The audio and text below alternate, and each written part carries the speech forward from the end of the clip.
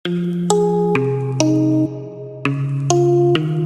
की कहानी जो है, मुझे लगता है कि अब तक इस कहानी के जो सिलसिले की शुरुआत हुई है, कई महीने हो गए अब तो, शायद 150-200 से ज़्यादा कहानियाँ हो गई होंगी, उनमें ये सबसे अलग है।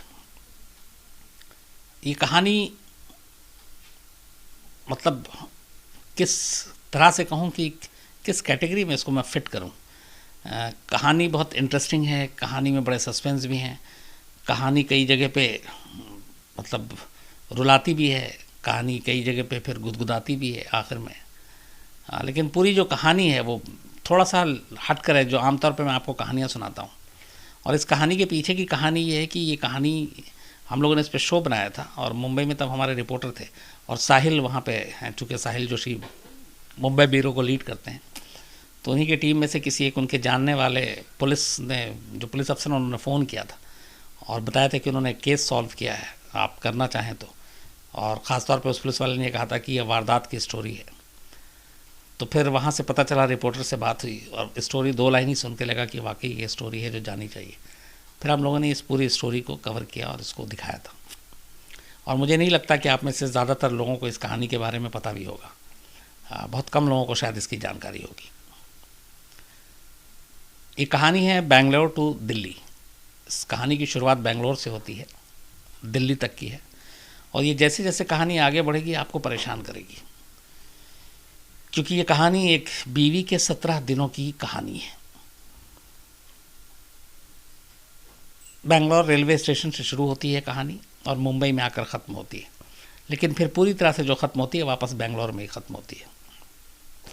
7 अक्टूबर 2011 तारीख, जगह बेंगलोर रेलवे स्टेशन। तानिया नाम की एक लड़की, जिसकी हाल में शादी हुई कुछ वक्त पहले ही साहिल से। साहिल बेंगलोर में ही काम करता था, दोनों हस्बैंड वाइफ खुश, शादीशुदा ज़िंदगी इनकी अच्छी चल रही थी। इसी बीच में ऑफिस के किसी काम से साहिल को मुंबई भेजा जाता है किसी असाइनमेंट पर। तो साहिल मुंबई पहुंचता है और मुंबई जाने के बाद वो अपना काम ख़त्म करता है और उसे लगता है कि उसका काम ख़त्म हो गया। तो फिर वो सोचता है कि काम ख़त्म हो गया है तो क्यों ना तानिया को भी थोड़ा मुंबई घुमा दें, वक्त है। तो वो मुंबई से बेंगलोर फ़ोन करता है तानिया को और कहता है कि तुम मुंबई आ जाओ और हम लोग मुंबई घूमते हैं, उसके साथ वापस बेंगलोर लौट चलेंगे। तो तानिया भी खुश हो जाती है कि चलो पति के साथ रहने का मौका मिलेगा, मुंबई भी घूम लेंगे। तो 7 अक्टूबर 2011 को तानिया बेंगलोर रेलवे स्टेशन पहुंचती है, ऑलरेडी रिजर्वेशन था उसका। ट्रेन में बैठती है, ट्रेन तय वक्त पर बेंगलोर रेलवे स्टेशन से रवाना हो जाती है। जिस जगह पे तानिया का बर्थ था उसके सामने 2 और लोग बैठे हुए थे, उनका भी रिजर्वेशन था। आमतौर पर रेलवे के सफ़र में ये होता है कि जब आप बैठते हैं और ट्रेन में चलते हैं तो शुरुआत में बहुत कम बातचीत होती है, क्योंकि अजनबी मुसाफिर होते हैं सारे, और हम सब आपस में अपना अगर साथ में है कोई उसी से बात करते रहते हैं, गप्पे मारते रहते हैं। तो ऐसे ही हुआ, जब ट्रेन चली तब तक वो अजनबी थे, तानिया अपनी चीज़ों में उलझी रही। उसने कुछ कॉल वॉल किया, मोबाइल पे बात की, पति से बात की, घर बात की, और ट्रेन अपना चल रही है। अब ट्रेन चल रही है, थोड़ी देर के बाद कुछ घंटे बीतते हैं, तो जो दोनों अजनबी मुसाफिर सामने की बर्थ पे बैठे थे और वहाँ पे कोई था नहीं, उस जहाँ पे ये बर्थ इन लोगों के थे। थोड़ी देर के बाद हाय हेलो से शुरुआत होती है, अजनबी से बातचीत। वो दोनों मेल थे, तानिया भी हाय हेलो करती है, उसे लगता है सफ़र लंबा है, चलो बातचीत कर लेते हैं। तो थोड़ी बहुत बातचीत होती है, वक्त बीतता जाता है, कई घंटे गुजर जाते हैं। फिर वो बातचीत इधर उधर की होती रहती है अजनबी और इन दोनों के बीच में। कुछ वक्त बीतता है, बेंगलोर बहुत पीछे छूट चुका था, मुंबई करीब आती जा रही है। मुंबई अब ज़्यादा दूर नहीं है और बेंगलोर पीछे रह गया। तो वक्त इतना बीत गया था कि अब उस दोनों अजनबी से बातचीत के दौरान लगभग बेतकल्लुफ़ हो गई थी पूरी तरह से तानिया, और वो लगातार बातें कर रही थी, सफ़र भी कट रहा था, और इतनी बेतकल्लुफ़ हो गई कि कुछ वक्त के बाद जब मुंबई नज़दीक, उन दोनों अजनबी मेहमानों ने, जो हम सफ़र थे ट्रेन में, उन्होंने चाय ऑफ़र किया तानिया को। इससे पहले भी उन्होंने ऑफ़र की थी, लेकिन तानिया ने मना कर दिया था। लेकिन अब चूँकि बातचीत बहुत कई घंटे साथ हो गए थे, तो तानिया इस बार इनकार नहीं कर सकी और उन्होंने चाय दी और चाय उसने पी ली। तानिया चाय पीती है और चाय पीने के थोड़ी ही देर के बाद अचानक उसे लगता है कि नींद आ रही है। उसके बाद वो सो जाती है। सोने के बाद कुछ घंटे बीतते हैं, तानिया की नींद खुलती है और जैसे ही वो नींद खुलती है तब भी वो नींद बेहोशी की हालत में थी, पूरी तरह होश में नहीं थी। लेकिन नींद खुलने के बाद उसे इतना एहसास हो गया कि वो ट्रेन में नहीं बल्कि किसी कार में है। जो भी जिस होश को संभाल कर उसने आसपास देखा तो उसने देखा कि हाँ वाकई मैं ट्रेन में नहीं हूँ, एक कार में है, और वही दोनों अजनबी मुसाफिर उस कार में उसके साथ मौजूद और साथ में एक ड्राइवर। ये कुछ कहना चाहती थी, विरोध करना चाहती थी, लेकिन बोल नहीं पाई और फिर उसकी आंखें जो है वो लगभग नींद बेहोशी की हालत में थी। बट उसे ये पता चल गया था कि जो थोड़ा बहुत उसका जहन काम कर रहा था कि वो कहीं फंस चुकी है, उसे ट्रेन में होना चाहिए था, लेकिन वो इस वक्त पता नहीं कैसे कार में है, कहाँ है, क्यों है, कहाँ जा रही है। इसी उधेड़बुन के बाद थोड़ी देर के बाद उसे थोड़ा सा और होश आता है, तो वो बोलने की हालत में होती है। तो फिर वो बोलती है कि मैं कार में क्यों हूँ और मुझे छोड़ दो, मुझे जाने दो। तो वो जो दोनों अजनबी मुसाफिर थे पहली बार अपना रंग दिखाते हैं और उसके बाद कहते हैं कि तुम्हें जान से मार देंगे अगर तुमने शोर शराबा किया। कार का ड्राइवर भी शायद उनका अपना था, मिला हुआ था, और इसके बाद वो डर जाती है। डरने के बाद खामोश हो जाती है, जान का भी खतरा था। फिर थोड़ी देर के बाद मुंबई की एक जगह पे कार रुकती है और वो दोनों उस तानिया को लेकर एक घर के अंदर दाखिल होते हैं और घर में ले जाते हैं। उस घर में जाने के बाद तानिया को जब पहली बार वहाँ पहुँची और उसने वहाँ का मंजर और माहौल देखा, उसे एहसास हो चुका था कि वो कहाँ आई है। दरअसल वो जो दोनों अजनबी मुसाफिर थे उन्होंने तानिया को जो चाय पिलाई थी उसमें बेहोशी की दवा थी और उससे वो बेहोश हो गई और मुंबई आने में कुछ घंटा बाकी था। उसके बाद ट्रेन मुंबई पहुंचती है। नींद बेहोशी की हालत में तानिया को वो दोनों सहारा देकर गाड़ी से इस तरह से बाहर लेकर आते हैं जैसे कोई देखे तो लगे कि ये तीनों साथ हैं, तीनों रिश्तेदार हैं और कुछ तबीयत ठीक नहीं है। तो वो सहारा देकर गाड़ी में लाया, बाहर पहले से गाड़ी और ड्राइवर मौजूद था। और उसके बाद वो जब लेकर आते हैं और जिस घर की मैं बात कर रहा हूँ उस घर का मंजर और माहौल देखकर इसलिए उसे एहसास हो गया क्योंकि वो एक रेड लाइट एरिया था और उस रेड लाइट एरिया का एक वो घर था। उसके बाद थोड़ी देर के बाद तानिया को वहाँ पे एक औरत के हवाले कर वो दोनों वहाँ से चले जाते हैं। उनके हाथ में 45,000 रुपये थे जो उस लेडी ने दिया था, जो उस कोठे की मालकिन थी। तो तानिया की आंखों के सामने देखते ही देखते तानिया 45,000 रुपये में बिक चुकी थी। और वो दोनों दरअसल कोई नहीं थे, वो एक तरह के वो दलाल थे जो ट्रेन में, बस अड्डे में सिर्फ घूमा करते थे और ऐसी अकेली लड़कियों को, औरतों को वो देखते, उनके साथ दोस्ती करते और उसे किसी बहाने से, धोखे से लाकर रेड लाइट एरिया में बेच देते थे। यही तानिया के साथ हुआ था। अब तानिया मुंबई के एक बदनाम कोठे में कैद, दोनों दलाल उसे बेच कर चले गए। उसके पास उसका मोबाइल नहीं, वो पहले ही ले लिया गया सब कुछ। अब वो तमाम गिड़गिड़ाती रही, मिन्नतें करती रही, रोती रही कि मुझे छोड़ दो, अपने पति साहिल के बारे में बताती रही। लेकिन वो ऑलरेडी बिक चुकी थी, वो ख़रीद चुके थे, तो उसकी कोई रिहाई मुमकिन नहीं थी। एक आध दो दिन तो ऐसे ही गुजरता है कैद में और उसे बार बार ये समझाया जाता है कि अब यहाँ से तुम्हारा निकलना मतलब मुमकिन ही नहीं है, तो जो कहा जाए वो करो, तुम जिस्म फरोशी के धंधे में उतरो वरना तुम्हें मारेंगे, पीटेंगे। बट वो ज़िद पे अड़ी रही और उसने कहा कि मैं मर जाऊंगी लेकिन ये नहीं करूंगी। पर वो लोग भी, उन्हें मालूम था कि ऐसे कैसे हैंडल करते हैं, तो उसको बहुत टॉर्चर किया गया, मारा पीटा गया, कमरे में बंद कर दिया गया। कई कई दिन तक वो कमरे में बंद रहती और हर वक्त निगरानी, ज़बरदस्त पहरा। और इस बीच में वक्त बीता गया। उधर साहिल चूँकि स्टेशन पहुंचा था लेने के लिए तानिया को, उसे मालूम था कि वो पहुंचने वाली है इस ट्रेन से है बर्थ नंबर तक, लेकिन ट्रेन से सब मुसाफिर उतरते हैं, तानिया नहीं उतरती। साहिल परेशान, मोबाइल पे फ़ोन मिलाता है, मोबाइल स्विच ऑफ, घर पे फ़ोन मिलाता है। पता चला कि घर के लोगों ने तो वहाँ बेंगलोर रेलवे स्टेशन से विदा किया था, उनके सामने ट्रेन रवाना हुई थी। अब वो घबरा जाता है, हर तरफ ढूंढता है, पूछता है, लेकिन कहीं तानिया का पता नहीं चलता। तो आखिर में थक हार कर वो अगले दिन मुंबई पुलिस में रिपोर्ट लिखा देता है अपनी बीवी की गुमशुदगी की, और वो सारी चीज़ें कि वो इस ट्रेन से चली थी, इस कोच में थी, इस बर्थ नंबर पे थी। पुलिस भी अपना काम करती है, रेलवे पुलिस, और सबसे पूछताछ करती है, लेकिन तानिया का कुछ पता नहीं चलता है। इस बीच धीरे धीरे वक्त गुजर रहा है और तानिया के ऊपर उधर लगातार जुल्म ढाए जा रहे हैं और उसे कहा जा रहा है कि उसे ये काम करना है, और लगातार उसके ऊपर टॉर्चर, धमकियाँ, मारपीट सब हो रहा है। लेकिन तानिया अपनी ज़िद पे अड़ी हुई थी। करते करते करीब 15 दिन बीत जाते हैं। जो घर की, उस कोठे की मालकिन थी, वो उसको लगातार धमका वमका कर सब कुछ भूखा रखना, सब जितने जुल्म ढा सकते हैं वो किया। 15वें दिन तानिया के पास वही लेडी पहुंचती है और उसको फिर से कहती है कि देखो अब तुम्हारे पास कोई रास्ता नहीं है। कुछ लड़कियों से ज़बरदस्ती उसको कहा जाता तैयार करो, वो तैयार होती है और फिर थोड़ी देर के बाद उसके कमरे में एक ग्राहक आता है और बाकायदा धमकी देके कि अगर तुमने कुछ उल्टा पुल्टा किया तो तुमको मार देंगे, क्योंकि तुम्हारे ऊपर पैसे खर्च किए। अब 15वें दिन वो एक ग्राहक को कमरे में भेजा जाता है, कमरे का दरवाज़ा अंदर से बंद हो जाता है। अब तानिया को लगा था कि उसकी ज़िंदगी अब ख़त्म है, क्योंकि अब बचने का कोई रास्ता नहीं है और शायद अब उसकी आबरू भी नहीं बचेगी।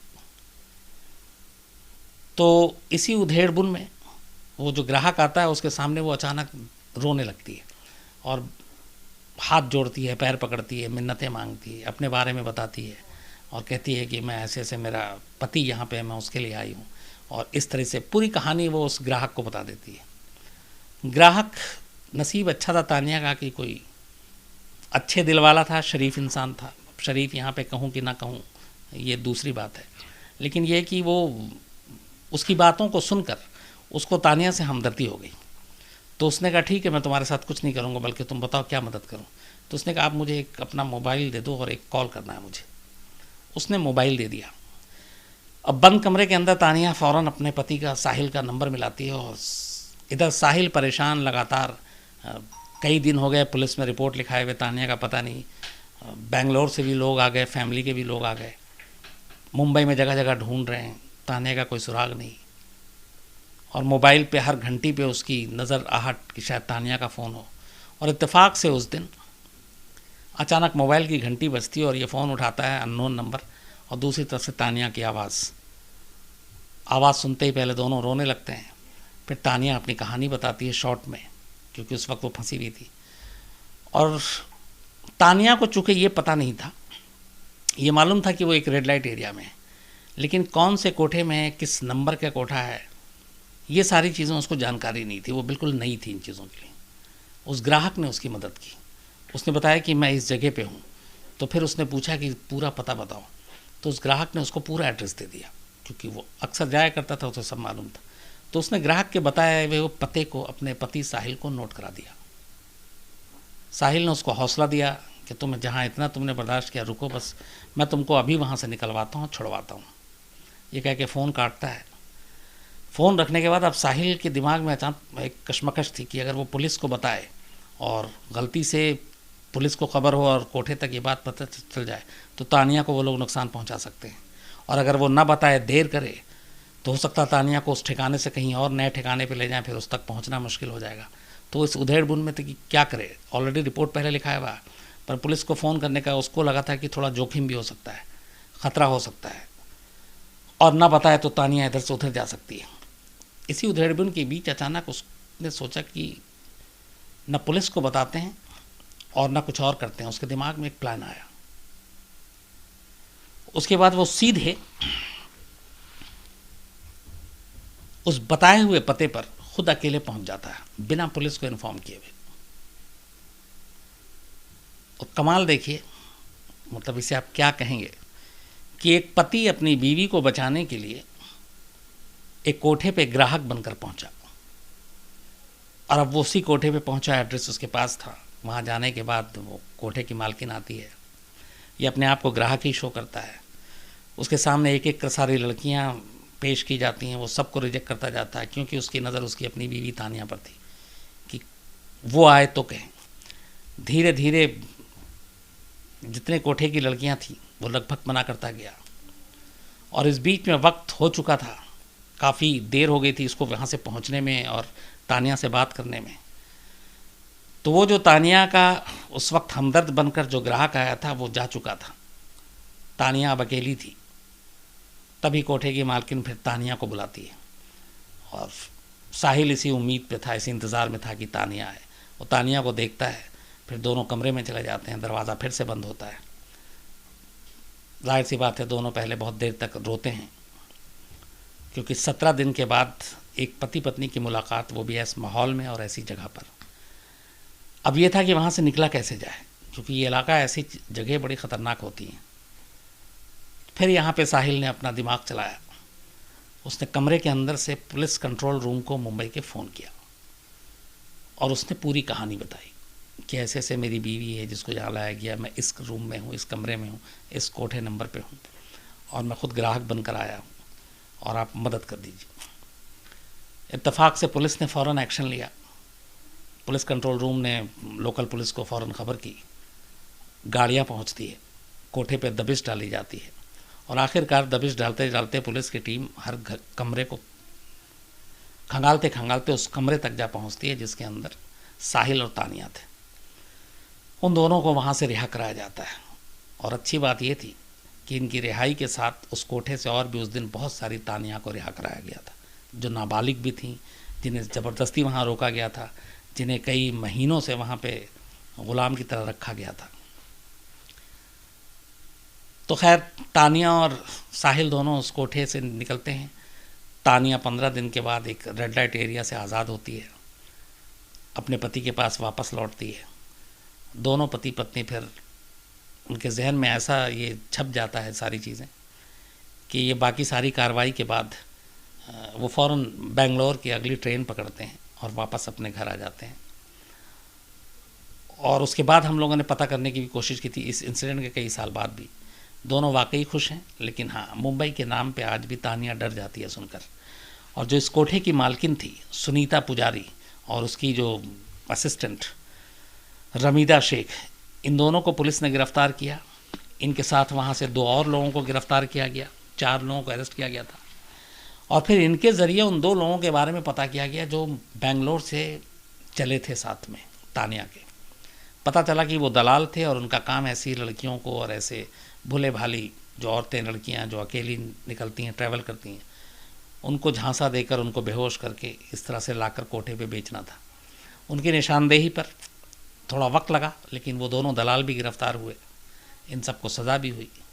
लेकिन सबसे खुशी की बात यह थी कि तानिया बाहिफाजत अपनी आबरू के साथ वापस अपने शौहर के पास, अपने पति के पास लौटती है, और दोनों आज भी बेंगलोर में बहुत हंसी खुशी अपनी ज़िंदगी गुजार रहे हैं। ये थी कहानी जो मुझे लगा था कि आप लोगों के साथ शेयर इसलिए भी करना चाहिए कि इस कहानी में बहुत सारे लेसन भी हैं, मैसेज भी है।